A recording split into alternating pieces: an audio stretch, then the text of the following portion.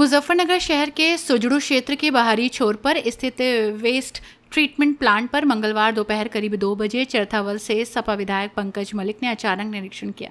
लगातार मिल रही जन शिकायतों के बाद पहुंचे विधायक ने प्लांट में जगह जगह पड़े कूड़े के विशाल ढेर और अव्यवस्थाओं को देखकर कड़ी नाराजगी जताई। उन्होंने आरोप लगाया कि करोड़ों रुपए खर्च होने के बावजूद प्लांट की स्थिति बद से बदतर बनी हुई है। वर्षों पुराना कूड़ा आज भी जस का तस है। निरीक्षण के दौरान नहीं मिला कोई भी जिम्मेदार अधिकारी। प्लांट के कार्यालय में कोई जिम्मेदार अधिकारी मौजूद नहीं मिला। इस पर विधायक ने अधिकारियों की कार्यशैली पर सवाल उठाए और कहा कि जब जनता बदबू, प्रदूषण और गंदगी से परेशान है तब जिम्मेदार अधिकारी मौके से गायब हैं। उन्होंने इसे गंभीर लापरवाही बताते हुए जवाबदेही तय करने की मांग की है। विधायक पंकज मलिक ने कहा कि प्लांट में वर्षों पुराना कूड़ा आज भी नहीं हटाया गया। उनका आरोप है कि करोड़ों रुपए की योजनाओं और बजट के बावजूद कूड़े का वैज्ञानिक निस्तारण नहीं हो सका। उन्होंने कहा कि ये केवल लापरवाही नहीं बल्कि पूरे सिस्टम की विफलता को दर्शाता है।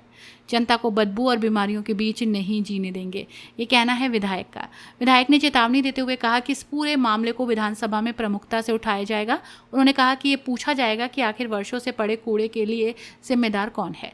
उन्होंने साफ कहा कि क्षेत्र की जनता को बदबू, प्रदूषण और बीमारियों से बीच रहने के लिए मजबूर नहीं होने दिया जाएगा। निरीक्षण के दौरान बड़ी संख्या में स्थानीय लोग और सपा कार्यकर्ता भी मौजूद रहे। लोगों ने विधायक को प्लांट में फैली गंदगी, दुर्गंध, प्रदूषण और लंबे समय से चली आ रही अव्यवस्थाओं की जानकारी दी। क्षेत्रवासियों ने आरोप लगाया कि कई बार शिकायत करने के बावजूद स्थिति में कोई सुधार नहीं हुआ। विधायक ने पूरे मामले की निष्पक्ष जांच कराने, प्लांट की कार्यप्रणाली की समीक्षा करने और लापरवाही बरतने वाले अधिकारियों और संबंधित एजेंसियों के खिलाफ कार्रवाई की मांग की है। उन्होंने कहा कि जनता के स्वास्थ्य और पर्यावरण से खिलवाड़ किसी भी कीमत पर बर्दाश्त नहीं किया जाएगा। खाली बिजली विभाग के अधिकारी यहाँ मौजूद रहे इस बैठक में। इस बैठक में पीडब्ल्यूडी के अधिकारी भी थे, एमडी के अधिकारी भी थे और अन्य विभाग के अधिकारी भी थे। जो सामान्य रूप से जो समस्याएं हम लोगों को सामने आती है और उसको लेकर हम लोग बैठे थे। उसमें बिजली संबंधित भी थी। बिजली संबंधित इसलिए भी है क्योंकि देखो गर्मी का सीजन है और गर्मी अत्यधिक हो रही है।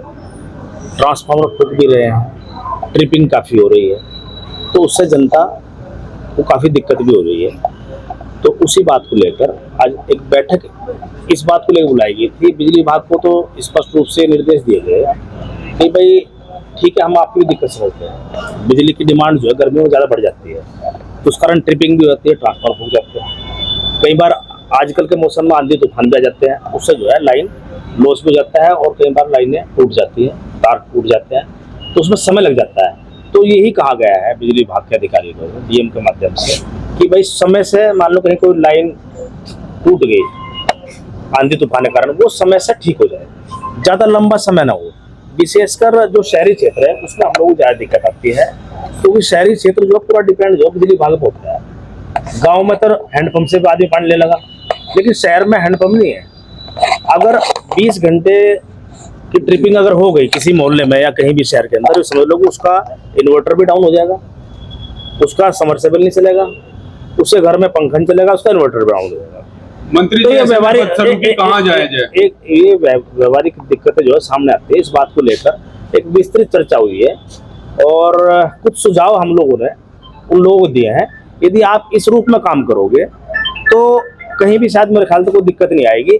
और हमने उन्हें ये भी कहा है कहीं कहीं मान लो कहीं कोई दिक्कत आती है, कहीं 10 आदमी मोहल्ले के या कहीं और लोग इकट्ठे हो जाते हैं बिजली घर पे, यदि आप उचित समझो तो उसमें हमारा भी आप सहयोग ले सकते हो। इस तरह की बातें जनता में मुकदमे हो रहे हैं। आपने मुकदमे की एक वीडियो भी आपका वायरल हो रहा है, आपने कहा मुकदमा हुआ तो ठीक नहीं होगा, चेतावनी दी थी लेकिन फिर भी मुकदमा। मेरी बात सुनो, भी चीफ नहीं मान रहे हैं। मंत्री जी, आपको लगता है कि प्रशासनिक अमला जो है वो हावी है इस समय? देखो, बात को घुमाओ मत आप। आपसे सीधा प्रशासनिक हमले से प्रशासनिक हावी होने से कोई मतलब नहीं है। देखो, हर आदमी की अपनी जिम्मेदारी है, मेरी अपनी जिम्मेदारी है, बिजली विभाग के लोगों की अपनी जिम्मेदारी है और नए विभाग के लोगों की अपनी जिम्मेदारी है। अपनी जिम्मेदारी बखूबी निभानी चाहिए सब लोगों को। उसमें जो विषय आप बता रहे हो उसमें ये था, एक ट्रांसफार्मर आपको फूक गया था। वो जो हमारे कार्यकर्ताओं का कहना है कि उसमें वो 20 घंटे के लगभग उसमें लाइट नहीं आई मोहल्ले में, जिस कारण कुछ लोग जो है सड़कों पर आ गए। सड़कों पर बिजली घर पे भी नहीं आया, वो जहाँ ट्रांसफार्मर था वो था वो वहाँ लोग इकट्ठे हो गए थे और वहाँ वो मतलब जब नीचे सब लोग बैठ गए तो साथ में उसको लेकर बैठ गए होंगे जो कर्मचारी है, लेकिन उसके साथ में कोई हाथापाई नहीं हुई, जो उन्होंने बताया, कोई बंधक नहीं बना। ये तो मुजफ्फरनगर में आम है। आज भी यूनियन बैठक में सहमति हुई हुई मंत्री जी। यूनियन के लोग हैं, मान लो और भी लोग हैं भाई, आप बैठ जाता है, जो भाई बैठ लो भाई, यहाँ समाधान कर लो। में नहीं होते मिल कई बार बैठ, किसान लोग बैठ जाते हैं, तो किसान के वो उसके मिल के जीएम भी बैठ जाते हैं, बैठ के समाधान कर लेते हैं। वो तो एक यहाँ की एक हमारी जो है परंपरा है, परंपरा तो है। नहीं होते ना, उन पे मुकदमे क्यों हुए? तो मुकदमा वो गलत हुआ ना, उसकी जांच के लिए वरिष्ठ अधिकारियों को कहा गया है, इसमें जिलाधिकारी को कहा, हमने एसएसपी को कहा भाई आप इसकी निष्पक्ष जांच कर लो। यदि हमारे कार्यकर्ताओं के खिलाफ कोई एविडेंस है तो कोई बात नहीं, हमारी बात वापस। यदि एविडेंस नहीं है तो उसको समाप्त कर दिया जाए, बस इतनी सी बात है। आपकी मीटिंग में अभी तल्ख टिप्पणी की गई चीफ पर, और उसके बाद चीफ खड़े होकर चलने लगे, तो फिर मामला शांत। नहीं, वो देखो मेरी नहीं, मेरी टिप्पणी पर नहीं खड़े हुए थे वो। अब एक हमारे कार्यकर्ता की बात को देखो, दोनों तरफ से बात ऐसी थी। चीफ साहब को भी बड़ी जो है शालीनता से बात करनी चाहिए, अधिकारी को भी और जनप्रतिनिधि को भी। एक आम आदमी लागू सब पे होती है सारी बात, और मुझे लगता है किसी को खड़ा भी होने की आवश्यकता नहीं। ये तो मान लो आपस में बात करने के लिए हम लोग बैठे हैं। मान लो मैं खड़ा हो चल, तो वो भी गलत है, अधिकारी खड़े हो चलो वो भी गलत है, तो ठीक नहीं है। उसका मैसेज गलत है जाता है। तो जो कोई बात थी सॉर्ट आउट है, कोई सी बात नहीं है।